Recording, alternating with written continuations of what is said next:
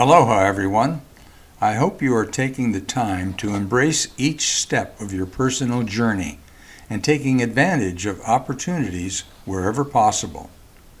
Welcome to Dr. P's Facets of Life series. This is pod number 31. Today's topic, coping with the challenges of the aging process. Aging per se can mean many things to many people. It is not just about being a senior citizen or being an elderly person. Aging can become accelerated for some of us when we are faced with serious illness, disease, and/or incapacitating life changes. Situations that fit into that category will be a topic for a future podcast.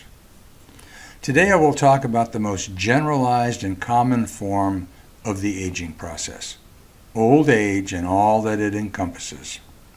Let me start out by saying that in my experience, the vast majority of the aging population expends way too much energy denying and fighting the aging process for their own goods. Those probably sound like strong words, but I say them with empathy and good intentions. Ever heard the term swimming against the current? Well, in life, we can choose to swim against the current, or we can choose to swim with the current. That is always a swim with least resistance. I vote for the path or swim with least resistance as often as possible. Having made my position known now, let's take a look at some aspects of the aging process and what they mean for the majority of us. By the way, when it comes to being an older person, I are one. I am experiencing many of the same things others that are experiencing. One of the most inevitable consequences of living a long life is the reality of loss. There are many types of loss, but the sense of loss that comes from physical limitations is at the top of most people's lists. As we age naturally, we find that there are many things we can no longer do as well as we once did, or that we can no longer do them at all. Each time we are forced to acknowledge this simple truth, we have an emotional reaction. Part of that reaction is to feel a sense of loss, limitation, and even grief. Yes, indeed, we grieve the loss of our own abilities. Now, for most of us, our abilities play a role in self-definition, status, and usefulness. If enough of our abilities are diminished or lost, and that is different for everyone, we may begin to feel not whole, not useful or important. At the very least, we may feel frustrated and angry. And aside from all the things I just listed, we may feel as though we are losing our control over things in our lives.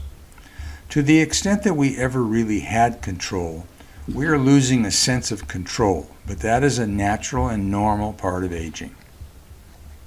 The key is to focus on what we can do and can control and stop dwelling on what we cannot.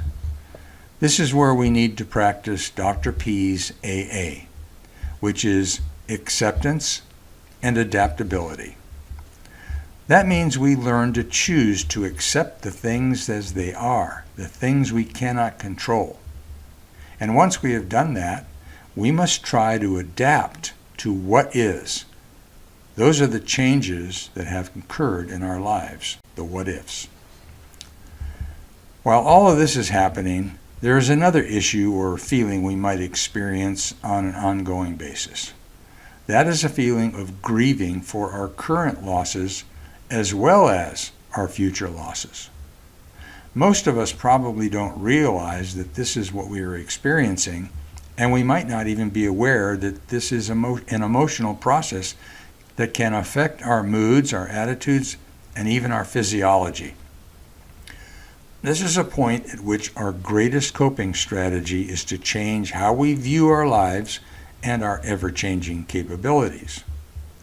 A realist or a pragmatist would look at his or her situation and say, "This is my current situation. What I am experiencing is mostly a natural part of aging. What are my options given what my situation is at the present time?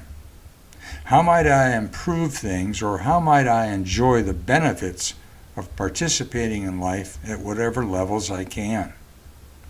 How might my attitude affect my coping abilities? And how can I best adapt? If you happen not to be much of a realist or a pragmatist, then your best option is to try to learn how to make strides in that direction. It will probably require some form of education or information gathering. There are self-help resources as well as mental health professionals for those who may need a bit more nudging and training. Let's switch gears now and talk about self-care. Everything we do or don't do to promote self-care can have a significant impact on the number and severity of our limitations moving forward. Forward is a code for aging. Basically, self-care is about diet, exercise, and rest. It is about choosing the healthiest lifestyle possible in order to maximize the quality of life and minimize poor quality, which is affected by illness, disease, injury, and state of mind. Another component of proper self-care is one of the most critical aspects of how we function. That is fall prevention. Why is this critical, you might ask? If you fall and injure yourself, you face more and greater challenges and limitations than otherwise might be the case. Falls can cause trauma to parts of your body that can lead to serious debilitation. Falls are preventable for the most part. I talk exclusively about fall prevention awareness in pod number 21. Please check it out for more information. Moving on, let's talk just a little about stress and stress reduction. Stress is absolutely a normal part of living, but chronic stress is bad for your physical and psychological health.